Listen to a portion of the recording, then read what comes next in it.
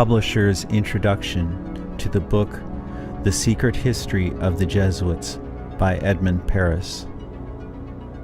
There is no other person more qualified to introduce Edmund Paris' book, The Secret History of the Jesuits, than Dr. Alberto Rivera, a former Jesuit priest under the extreme oath and induction, who was trained in the Vatican and briefed on the history of the Jesuits.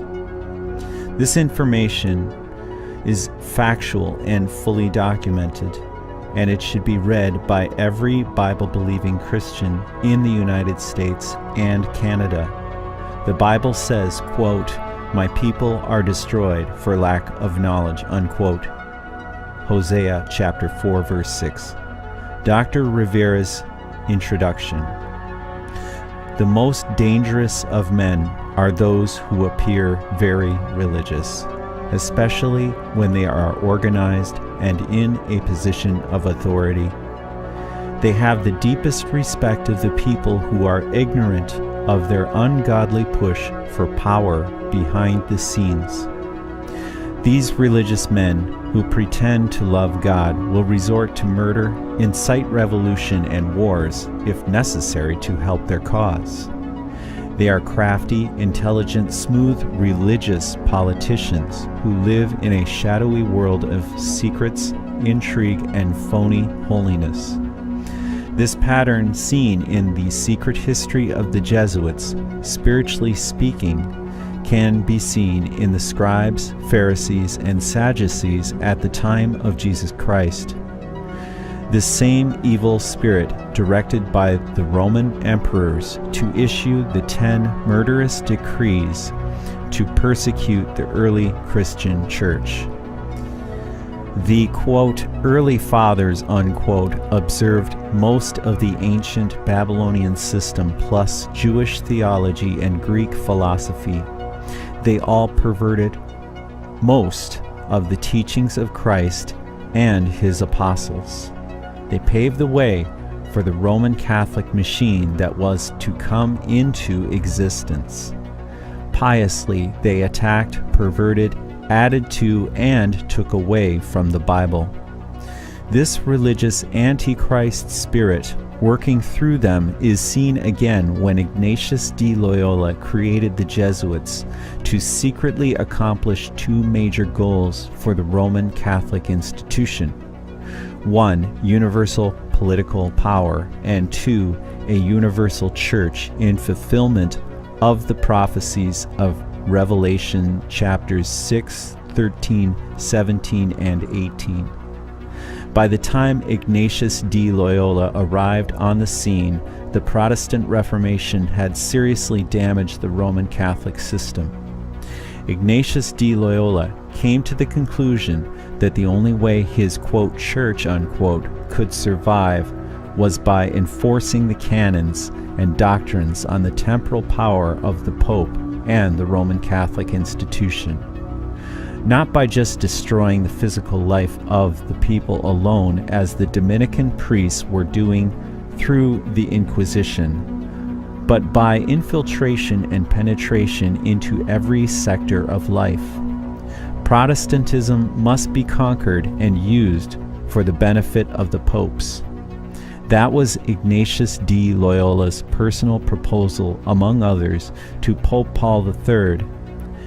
Jesuits immediately went to work, secretly infiltrating all the Protestant groups, including their families, places of work, hospitals, schools, colleges, etc. Today, the Jesuits have almost completed that mission.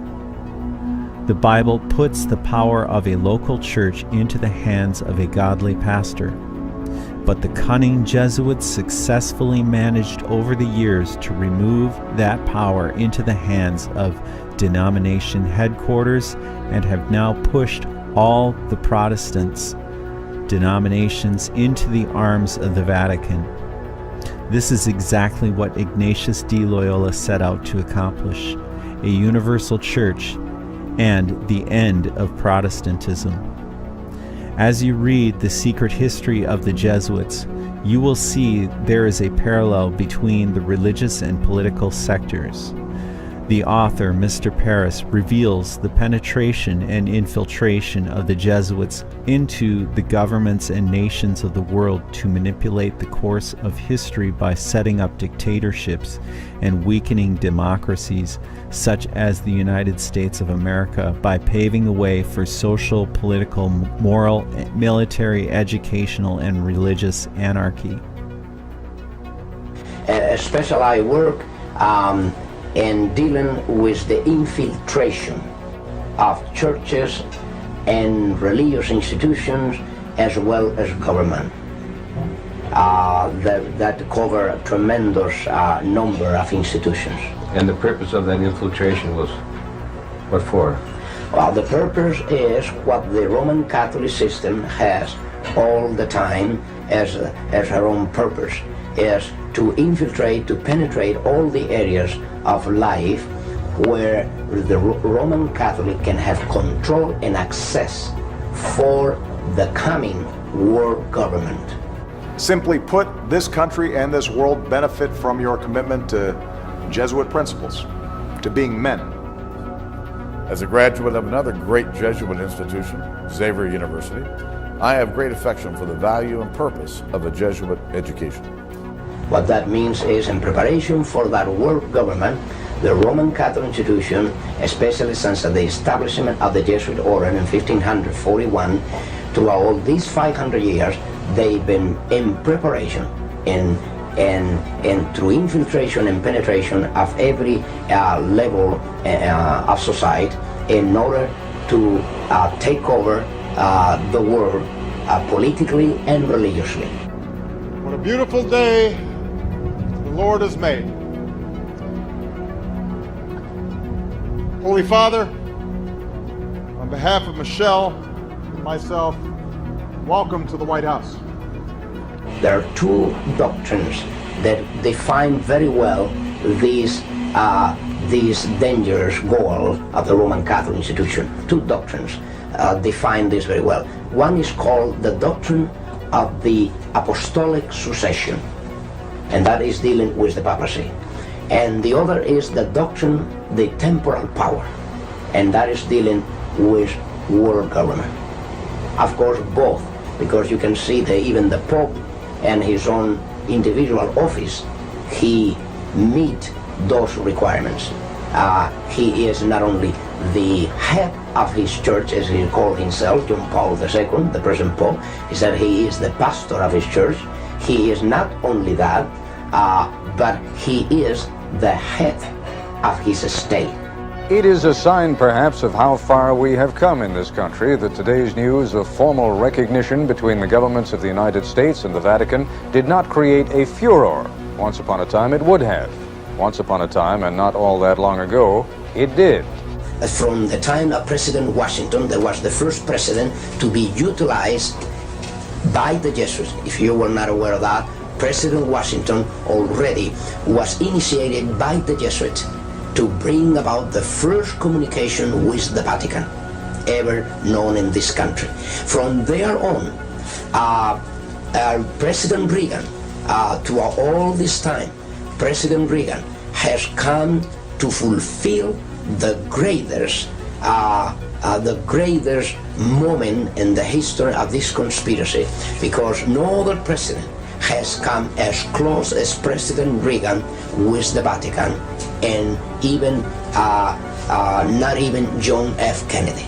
What that means is they have done to President Kennedy, to President Reagan, what they were not able to do even through a Roman Catholic president.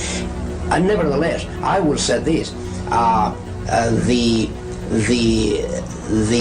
religious belief of President Kennedy is nothing more, nothing else than another expression of Catholicism. Perhaps I need to clear this. Roman Catholicism is not only the Roman Catholic system. Roman Catholicism is still, and it has been at work outside the Roman Catholic system. What that means, there are many daughters of the Roman Catholic system outside the Roman Catholic system.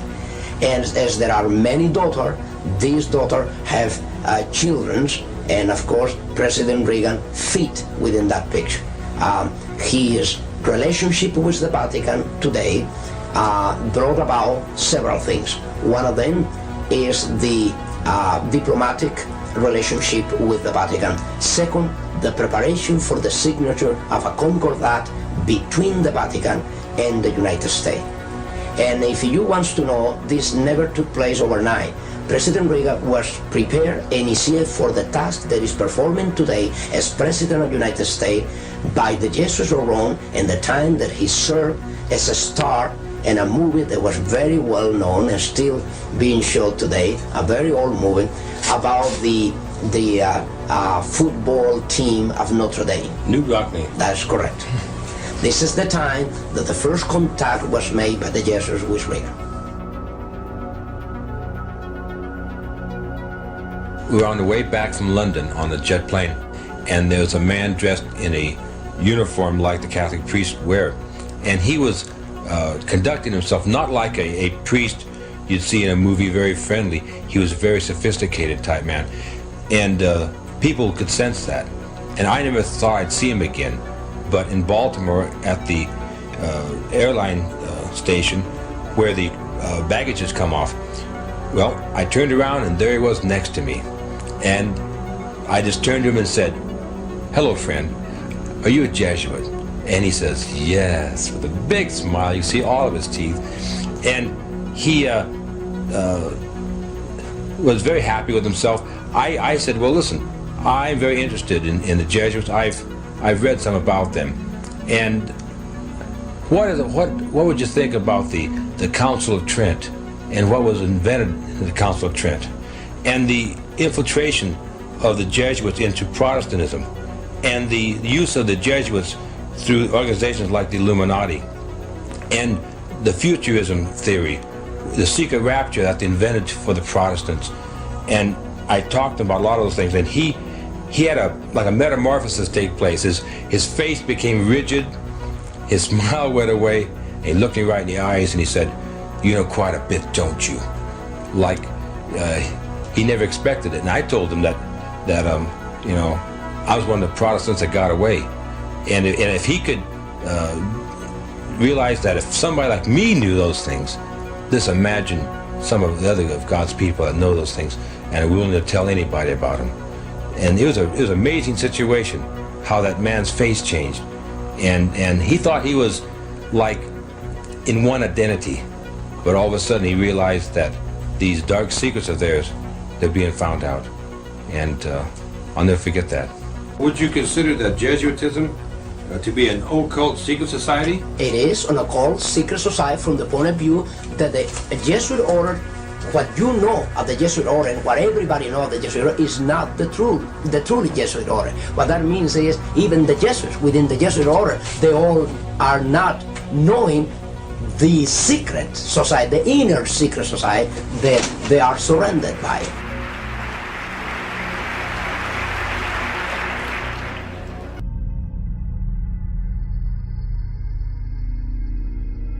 And I said, well, what are you guys exactly doing in here?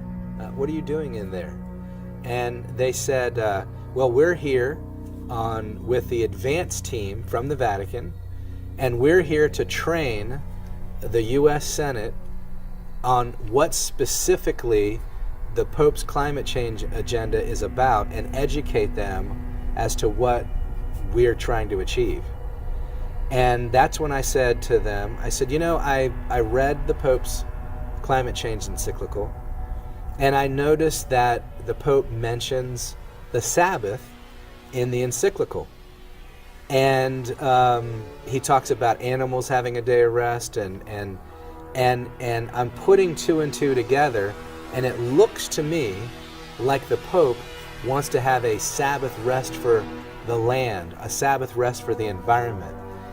And it seems to me like the Pope wants to have a worldwide Sunday law put in place, and through this green Sabbath, I didn't say green Sabbath, but through this Sabbath rest for the land or for the environment, that the whole world would shut their businesses and factories and everything down one day a week, and thus you'd be able to lower greenhouse emissions.